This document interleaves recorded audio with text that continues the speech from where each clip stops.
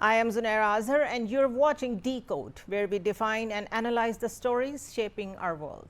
60 days into the Iran war, the day a new Iranian proposal arrives in Washington that asks the president to end the war first and discuss the nuclear issue later. And 11 days into a Lebanese ceasefire that is killing Lebanese civilians every single day.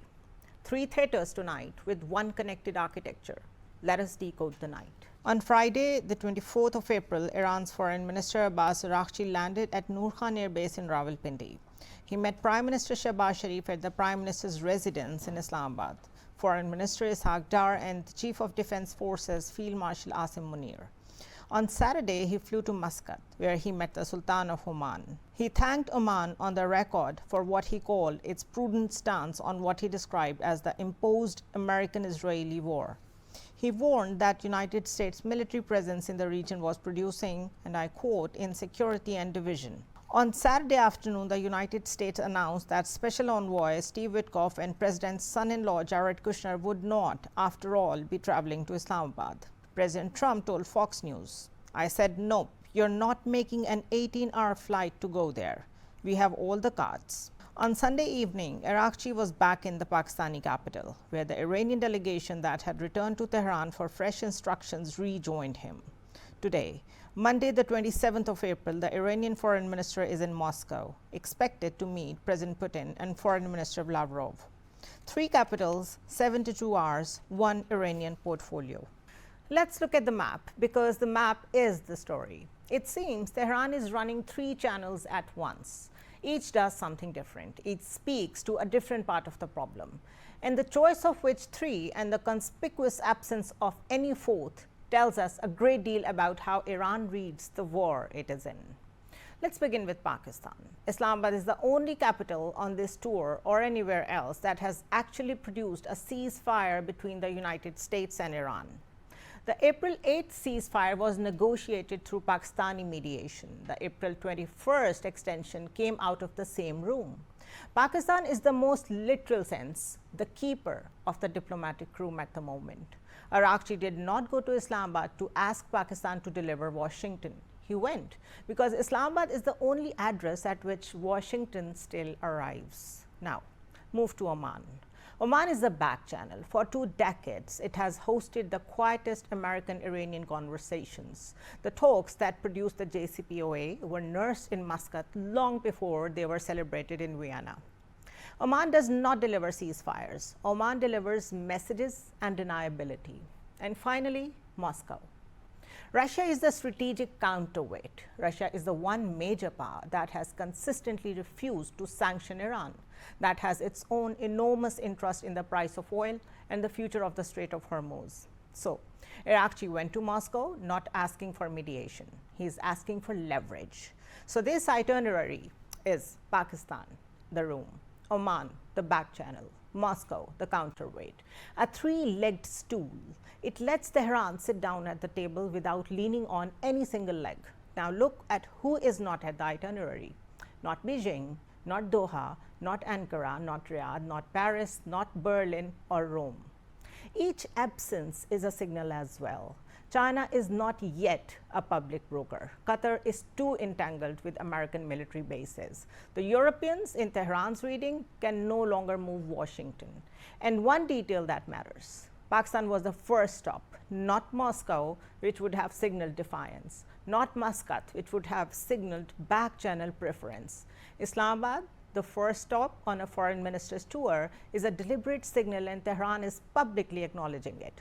Let's turn this into a debate, and we've been joined by Dr. Frederic Grare. He's a senior research fellow at the National Security College in Canberra and an associate senior policy fellow at the European Council on Foreign Relations. Dr. Frederic, thank you so much for joining us. My pleasure. Let's discuss Iran going to 3 capitals in 72 hours, Pakistan, Oman, Russia. From your reading, is this a single coherent, connected diplomatic strategy from Tehran, or it's treating it as 3 separate conversations that happen to be sequenced together by the urgency of the moment?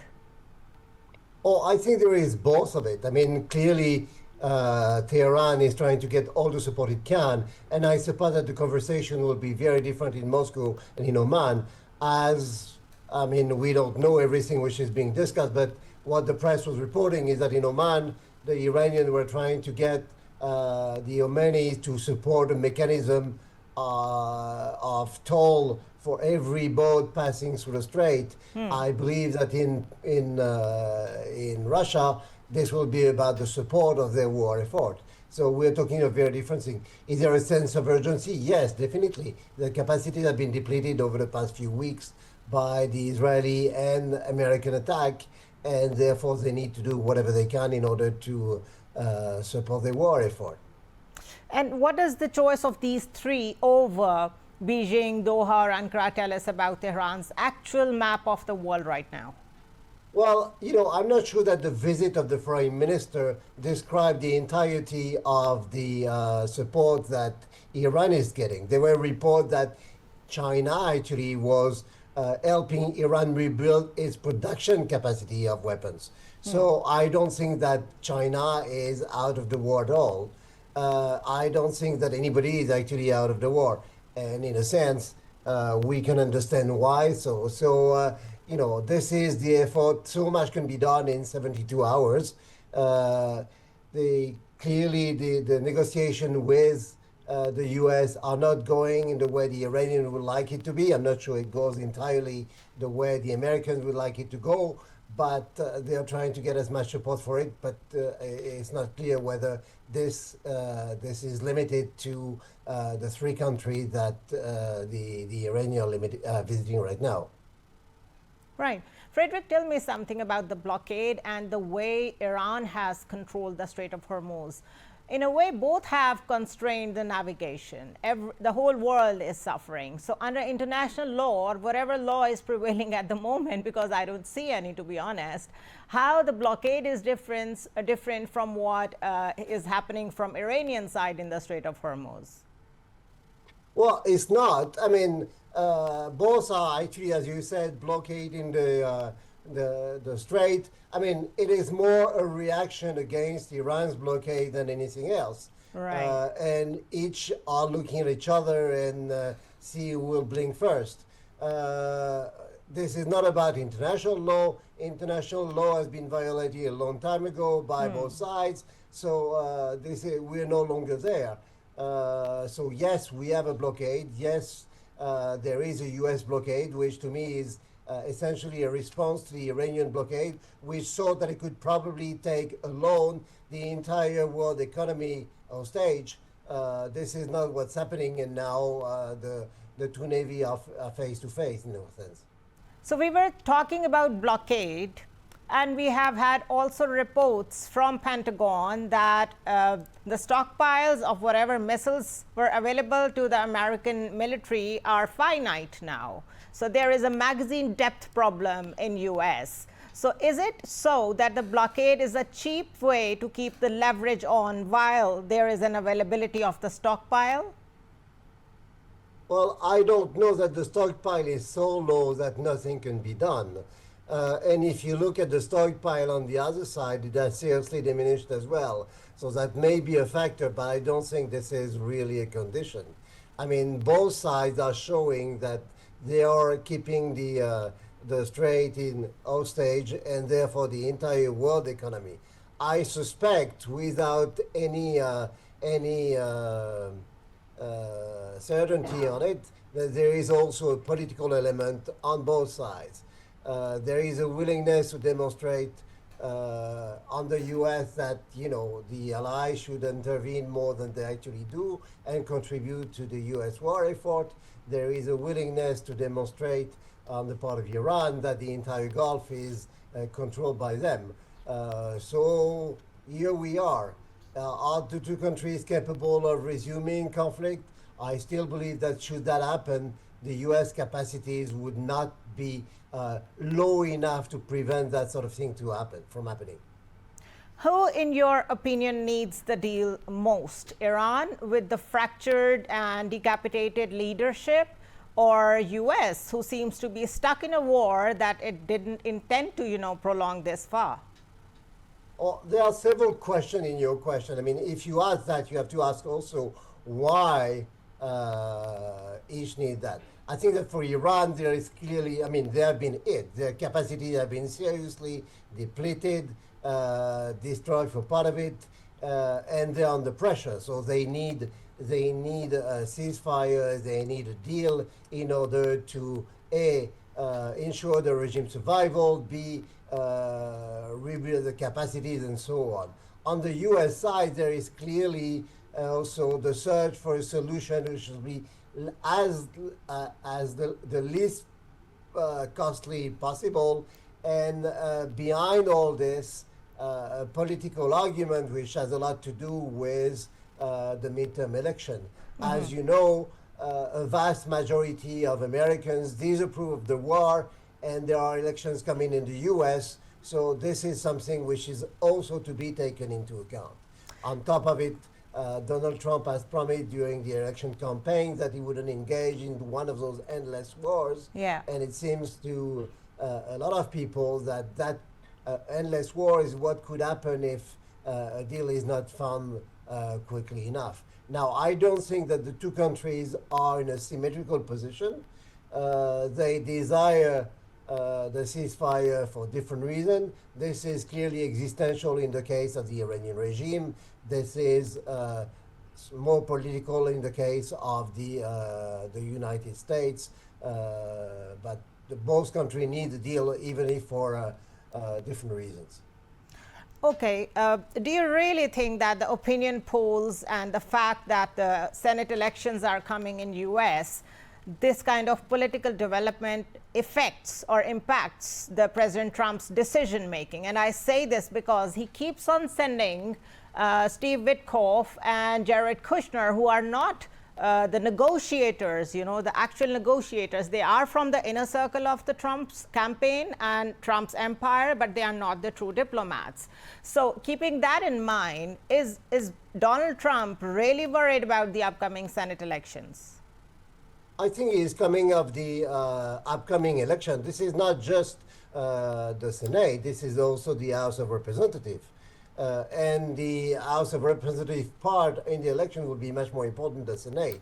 Only a part of the Senate will be renewed, whereas a much larger, the House will be will have to seek re-election. So this is not exactly the same thing. As far as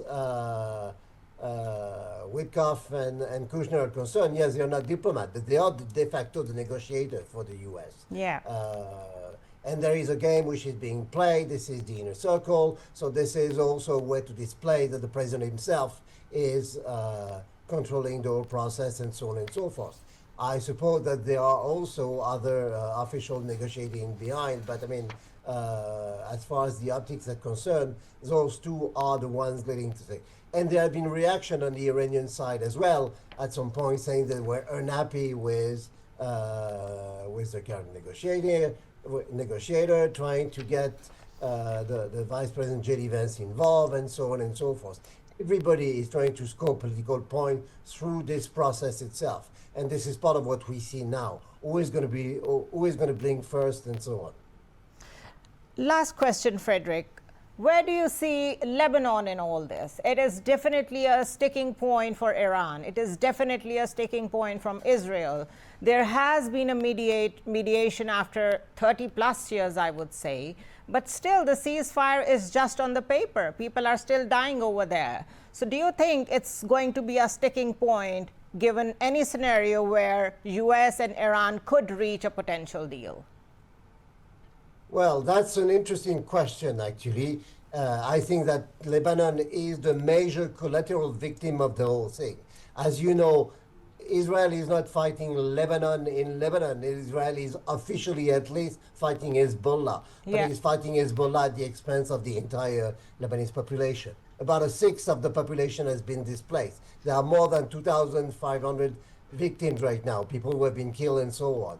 And it's going to take forever for the Lebanese